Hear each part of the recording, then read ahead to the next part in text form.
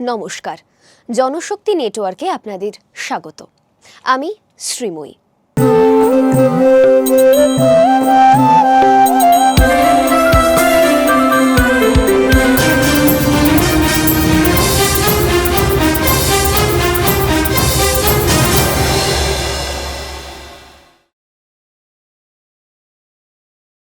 আজ আমরা কথা বলবো পশ্চিমবঙ্গের চাকরির রাজনীতি আর বেকার ভাতার নামে রাজ্য সরকারের অসম্ভব দাবি নিয়ে।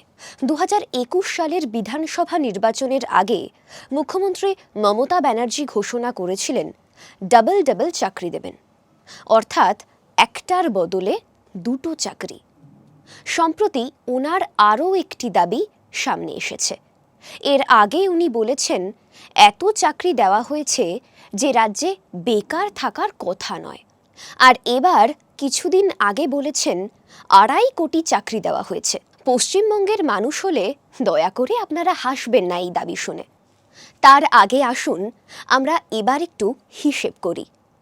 15 বছরে মুখ্যমন্ত্রী যত চাকরির কথা বলেছেন সব যোগ করলে সংখ্যাটা রাজ্যের জনসংখ্যাকেও ছাড়িয়ে যাবে। কিন্তু এসবের চেয়েও জরুরি প্রশ্ন হচ্ছে, এই চাকরিগুলোর তালিকা কোথায়, কোন দফতরে, কোন সরকারি নথিতে?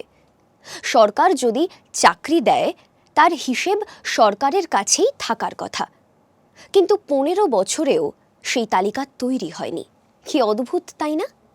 এবার আবার উনি বলেছেন বেকারদের ভাতা দেওয়া হবে।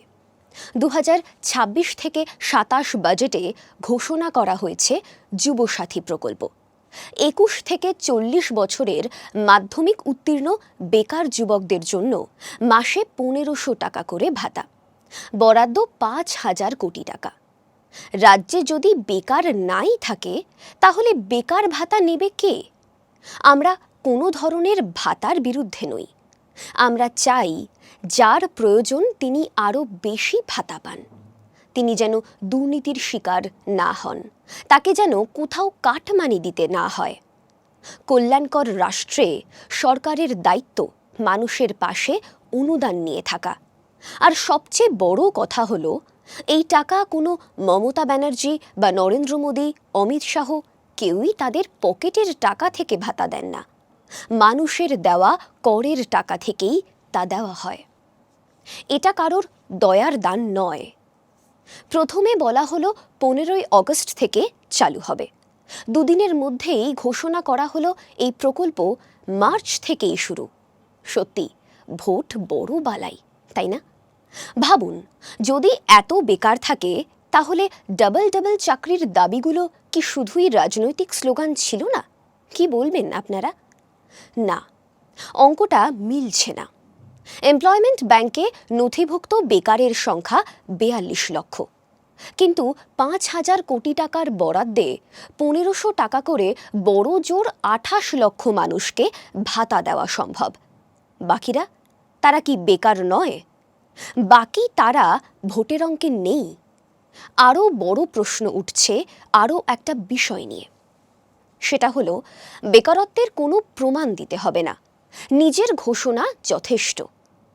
তাহলে প্রকৃত বেকার কি? এই সংজ্ঞাটাই ধোঁয়াশায়। আজ রাজ্যের হাজার হাজার শিক্ষক যারা বছরের পর বছর পড়িয়েছেন, আদালতের রায়ে চাকরি হারিয়েছেন। স্কুলে ঢোকার আগে তারা ছিলেন যোগ্য, বছরের পর বছর কাজ করেছেন, ছাত্রদের ভবিষ্যৎ গড়েছেন। যারা দাগি নন, যারা চাকরি কেনেননি, নিজেদের মেধার জোরে পেয়েছেন, হঠাৎ একদিন তারা অবৈধ হয়ে গেলেন সরকারের দুর্নীতির জোরে। তাদের ঘরে এখন কি চলছে জানেন? সংসার ভেঙে পড়ছে। কোনো কারণে ঋণ নিয়ে থাকলে সেই ঋণের কিস্তি বন্ধ। সন্তানের পড়াশোনা অনিশ্চিত। দোষ না থাকলেও সমাজে অপমানিত হচ্ছেন প্রতি পদে। আর মানসিক যন্ত্রণা নিয়ে তারা অনেকেই বলছেন, আমরা কি অপরাধ করেছি? নিয়োগ প্রক্রিয়ায় দুর্নীতি হলে দোষ কি প্রার্থীর?